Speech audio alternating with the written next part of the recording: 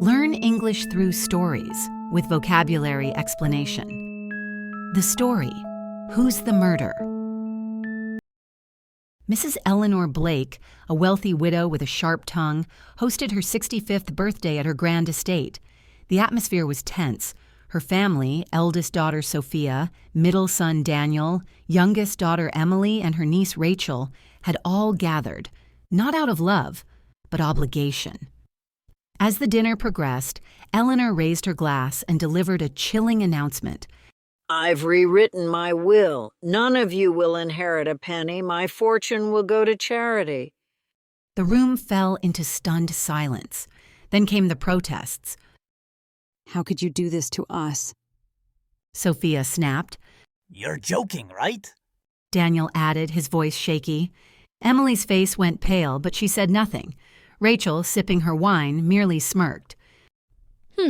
Fascinating. That night, Eleanor was found dead in her study. A glass of wine sat beside her lifeless body. The cause? Poisoning. The investigation. Detective Harper arrived the next morning. The study showed no signs of forced entry. The wine glass was half empty, and an overturned chair hinted at a struggle. The time of death was estimated to be around midnight. Harper gathered the family in the living room. Let's start with your alibis, He said, eyeing each of them. Sophia's statement, I was in the guest room, drafting an email on my laptop. I didn't leave until this morning. Daniel's statement, I went out for a smoke in the garden around 11 p.m. The gardener saw me. You can ask him. Emily's statement, I went to bed early. I didn't hear or see anything unusual. Rachel's statement, Around midnight, I brought Aunt Eleanor some tea. I left it on her desk and went straight to bed. the doubts. Detective Harper began piecing together the puzzle. Something felt off about each alibi. Sophia's laptop was open, but the email she mentioned wasn't in drafts. Daniel's cigarette pack was untouched. Had he really been smoking? Emily's room had a fresh footprint near the window, as if she'd been outside. Rachel's claim about the tea didn't add up. The cup was clean with no trace of liquid. Harper also found a vial of poison hidden in the kitchen pantry. Strangely, it bore no fingerprints. The twist. That evening, Harper called everyone into the study. I've solved the case, but first, let me clarify. All of you lied about your whereabouts last night.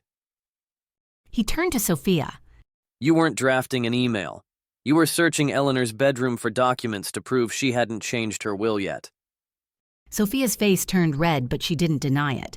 Harper then faced Daniel. You didn't go outside for a smoke. You were in the kitchen trying to poison the wine.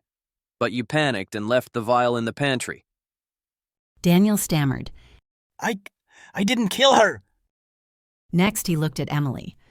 You weren't in bed. You climbed out of your window and into the garden. You saw something, didn't you? Emily hesitated.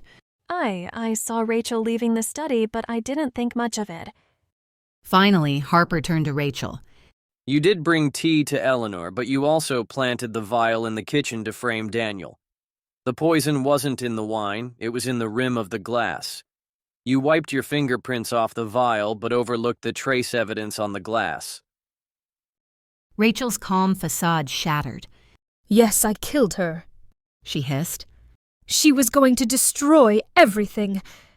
But I'm not the only villain here. They all wanted her gone. The revelation. Harper sighed. Perhaps you're right. Greed poisoned this family long before last night, but only you crossed the line, Rachel. The rest will face their truths another day. Rachel was led away as the others sat in stunned silence, their secrets exposed and their lives forever changed.